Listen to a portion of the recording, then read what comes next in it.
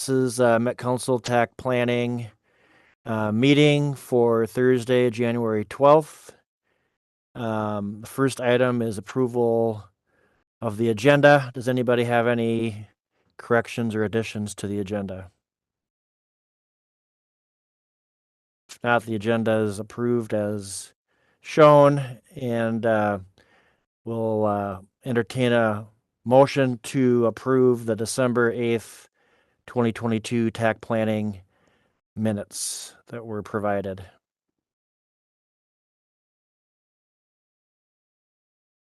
I'll make a motion. This is Alyssa.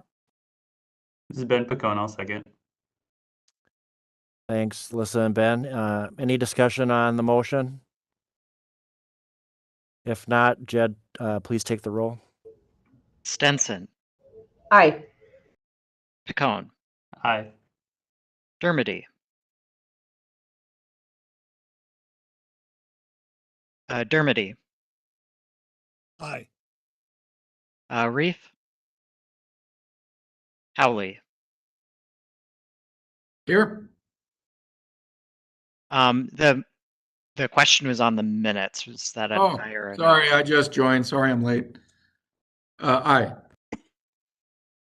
Burns, Aye. Katsukos, Aye. Minico, AO, Forsland, Aye. Atkins, Aye. Bull, Aye. Leitner, Aye. Beckwith, Corbett, Larson, Aye. Jensen, Aye. Merrick, Aye. Mahoald. Mr. Chair, there were 13 ayes, no noes, and no abstentions. All right, so motion is approved. TAC minutes of December 8th, 2022 are approved as presented. Thanks, everybody. The next item on the agenda is, since there are no members of the public that asked to speak today, we'll move on to action transmittal 2023-07, adoption of PM2 pavement and bridge reliability and PM3 system reliability and CMAQ performance targets. And this will be presented by David Burns. David? Great. Thank you, Mr. Chair. Thanks, everybody. Yep, similar to what Jed presented last TAC planning meeting, I believe. These are our federally required performance measures.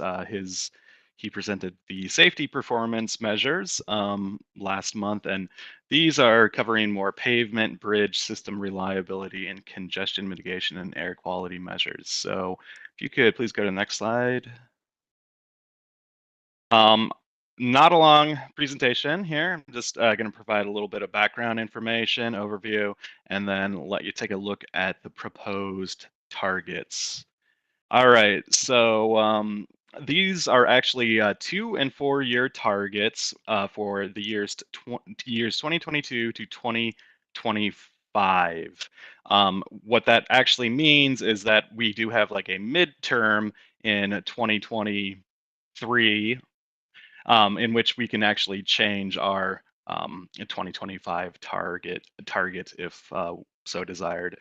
So the goal is to improve project investment decision making through really this performance-based planning and programming process that began long ago, but was really kind of fast-tracked through the FAST Act. It is a federal requirement for metropolitan planning organizations such as the council to adopt targets, and we can do that via 2 different mechanisms. We can either choose to support the statewide targets set by MnDOT or set targets specific to the region. I just want to point out here that CMAQ targets we're the only MPO in the state to require congestion mitigation and air quality targets, and they are jointly set by MnDOT and the council. So I just want a little bit more background. We met with MnDOT and other MPOs in May, as well as prior to that to kind of discuss and help set these statewide targets. And we, as the MPO, have until March 20th, 2023 to set the targets. Okay, good. We're on the next slide. So taking a look at what these targets, the measures actually are, broadly in the PM2 category, we have interstate and non-interstate pavement in good and poor condition, national highway system bridges in good and poor condition, and then the reliability measures include interstate reliability, non-interstate reliability, and a truck travel time reliability index. Finally, the congestion mitigation air quality includes peak hour excessive delay, non-single occupancy vehicle travel, and total emission reductions of on-road source mobile emissions. And that would be specific to PM10 in this case. Going on to the proposed targets. So on kind of the middle column there, we have the existing metro area performance. And then we have the MnDOT adopted target for 2023 and 2025, and what we're proposing for 2023 and 2025. I will note, in this case, we are we are supporting the MnDOT targets, and there's a variety of reasons for that, in which I will explain here. So first off, looking at bridge condition, a bridge performance measure. The bridge performance measures reflect the anticipated effect of programmed projects, and that's something calculated by MnDOT, and they can, do that to a fairly comprehensive degree. Just a note on bridges: one bridge can have a significant effect on the annual performance, as it's actually measured by deck area. So you're taking the length times the width of the bridge. Not a ton of interstate NHS bridges necessarily. So if one of those falls from the binary of, say, a 40 where it was adequate to a 39 where it becomes poor, that can actually greatly increase the overall state percent of NHS bridges by deck area in poor condition. A good example of this is, I think we all probably know, the Blatnick Bridge in Duluth Superior. And prior to that, falling into poor condition, we were significantly above that performance statewide. Moving on to pavement and bridge condition measures, they really also reflect the expected outcomes based upon pavement projects and bridge projects in the existing program. Pavement is based on ride quality index. So traditionally, pavement was in good condition was around 60% in 2017. We've had a significant uptick statewide. This is due in part because of the way MnDOT calculates ride quality index differs from the federal measure.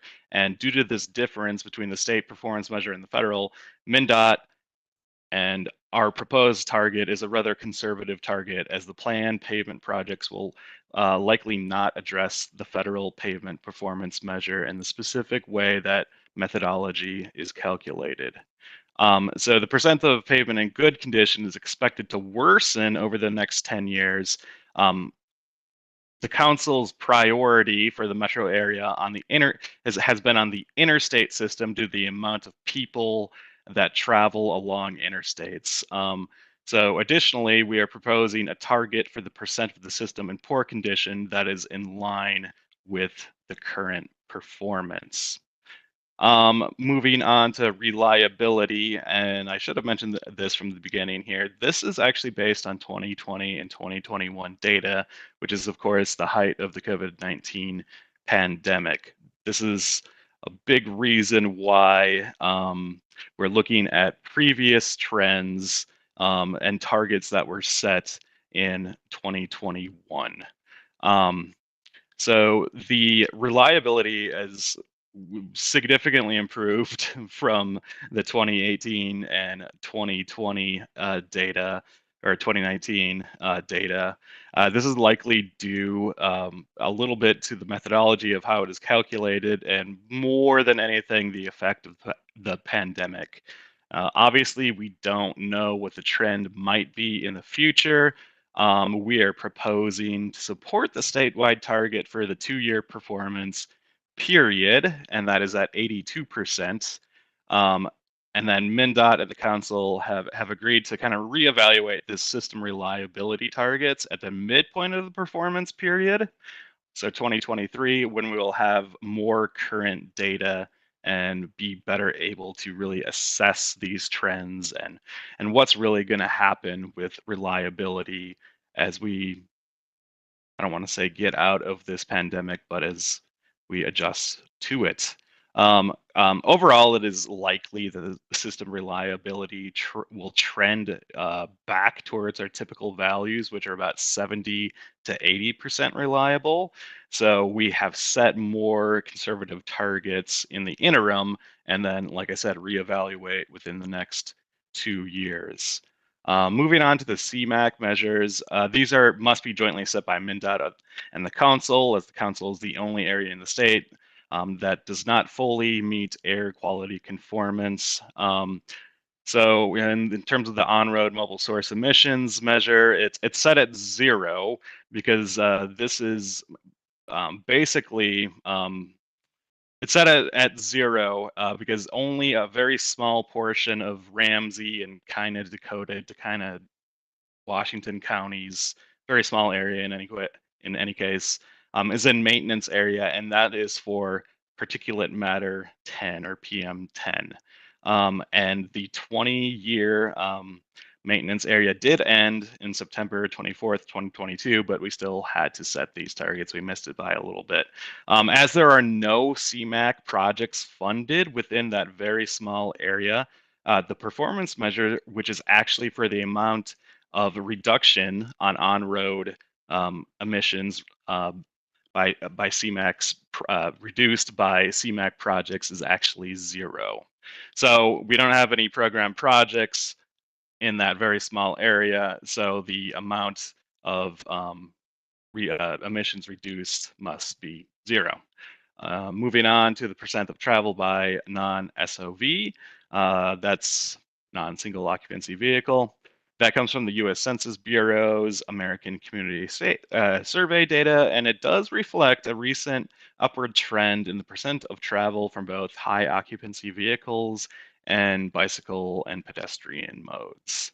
And then the council and MnDOT agreed to not change the peak hour excessive delay target from our 2018 through 2022 target, as this measure is in particular very sensitive to the impact of the pandemic.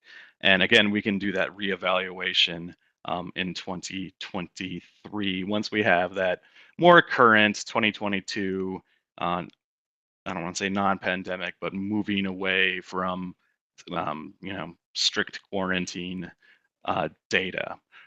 And next slide.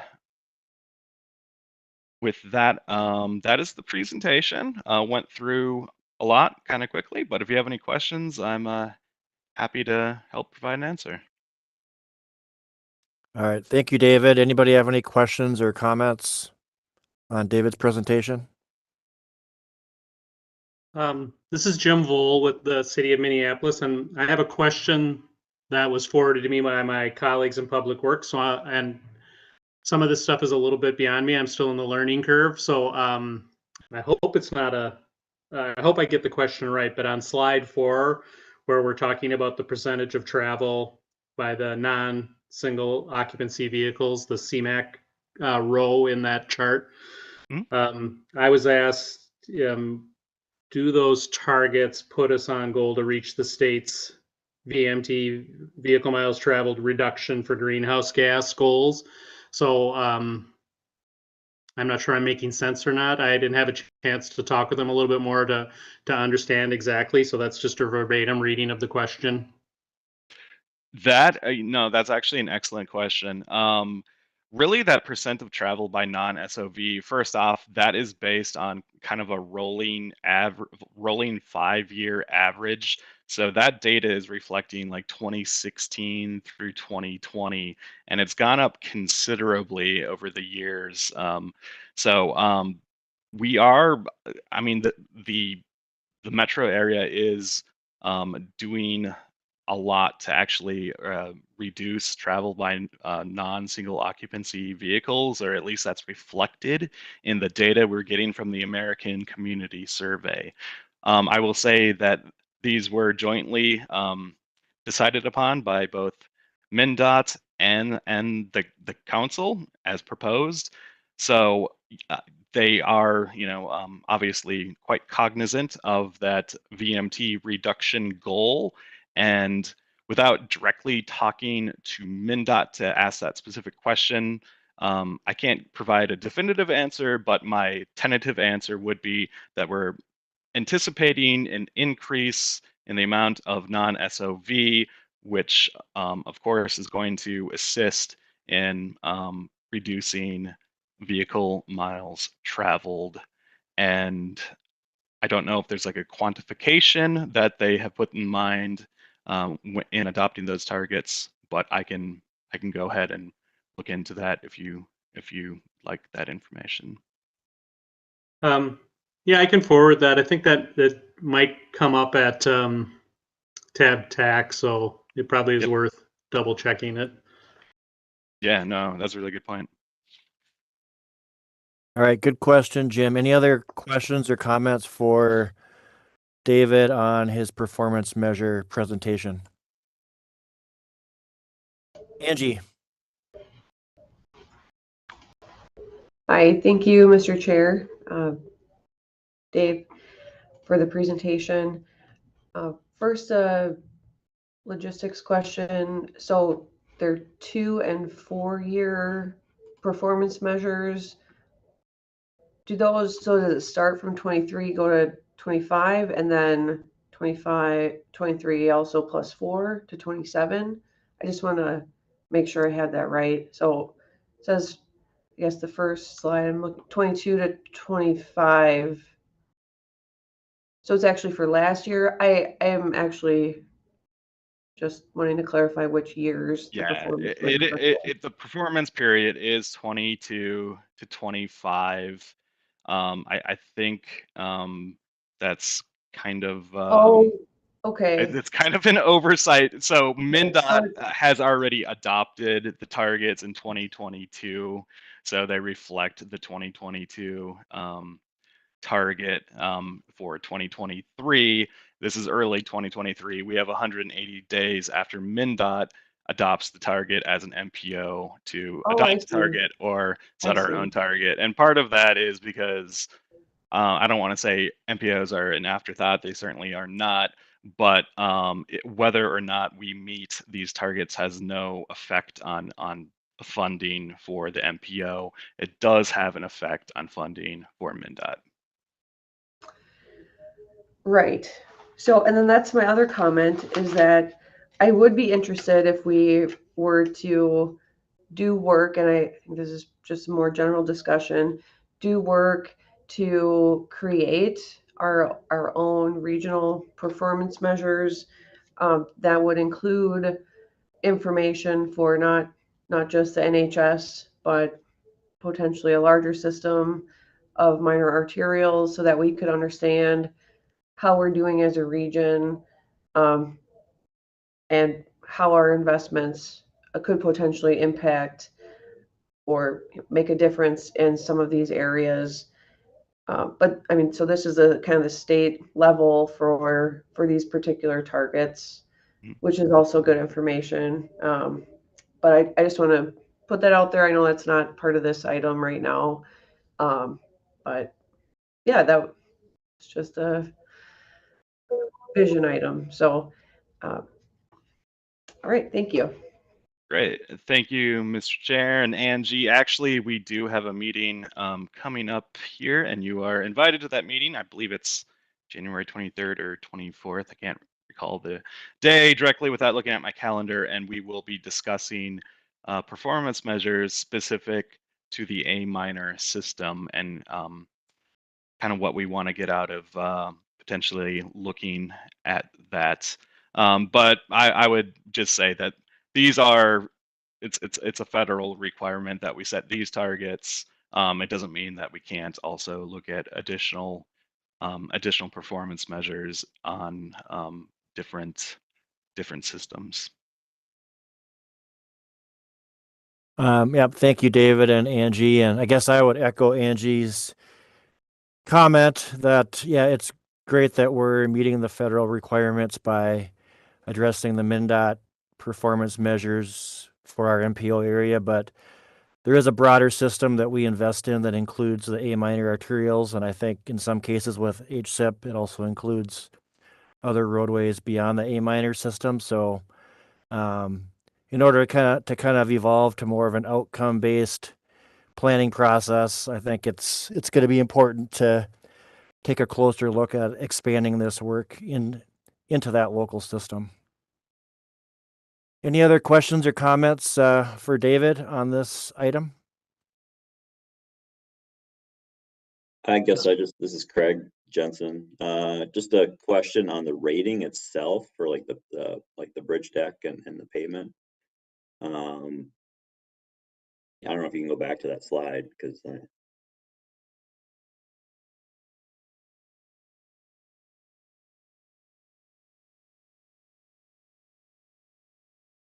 Jed, do you have that ability to go back? Oh, cool. Thank you.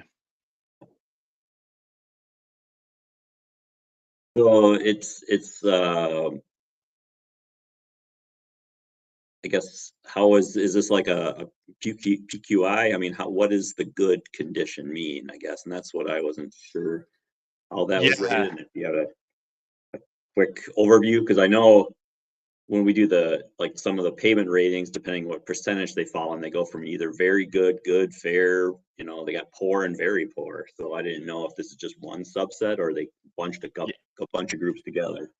Yeah, so there is a MnDOT established way of assessing roadway quality, which is the Roadway Quality Index, and it includes cracking and all kinds of other measures that sort of show the viability and the current ride quality of the system. That doesn't exactly jive with the federal performance measure, and the details of that I'm not an expert on, but their assessment of this is that our interstate pavement and our non-interstate NHS pavement is better than it has been in many years. The percent in good condition, but based upon what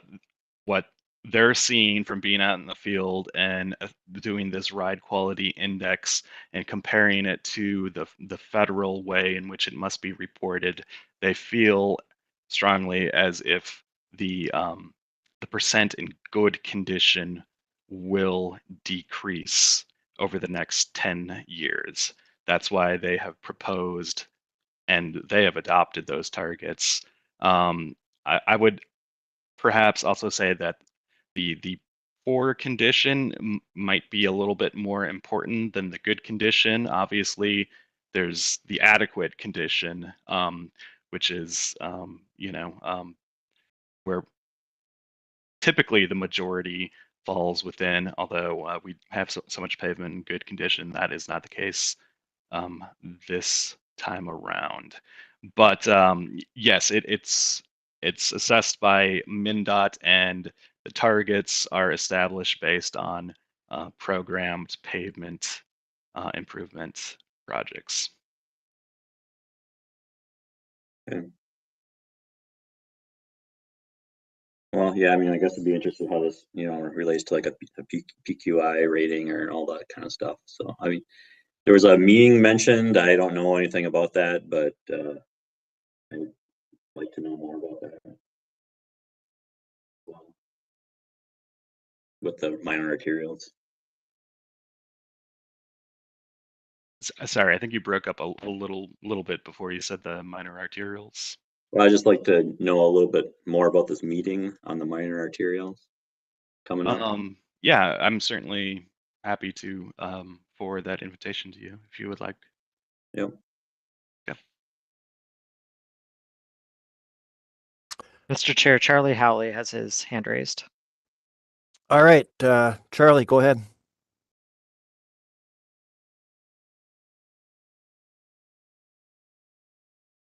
All right, thank you, Mr. Chair. This is just a quick question.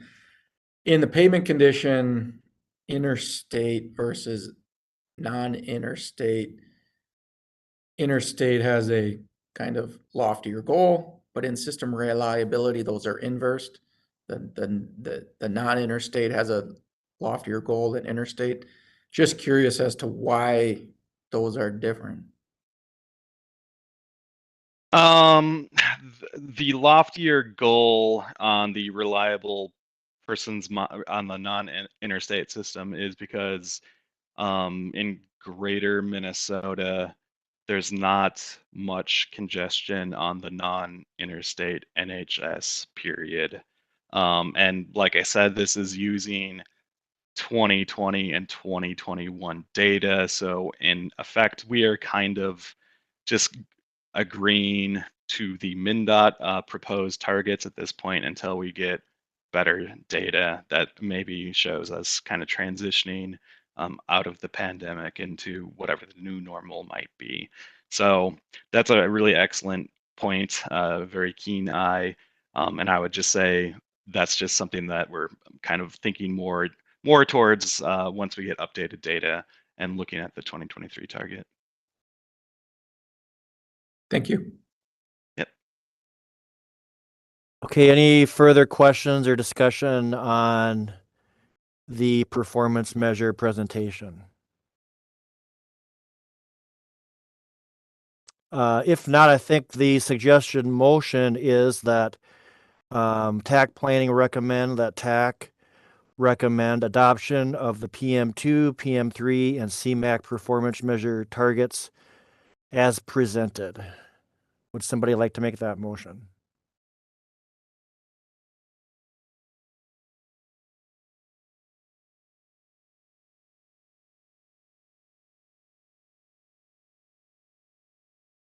This is Lisa, I'll make the motion. Elaine will second. Thank you, Alyssa. Thank you, Elaine. Motion's been made by Alyssa and seconded by Elaine to approve the PM2, PM3, and CMAQ performance measure targets for recommendation to the full TAC. Any further discussion on the motion? If not, Jed, please take the roll. Stenson, Aye. Picone, Aye. Dermody, Aye. Reef, Howley, Aye. Burns, Aye. Tsukos, Aye. Mitico, Aye. AO or an alternate from PCA. Horsland, Aye. Atkins, Aye. Bull, Aye. Leitner, Aye. Beckwith, Corbett,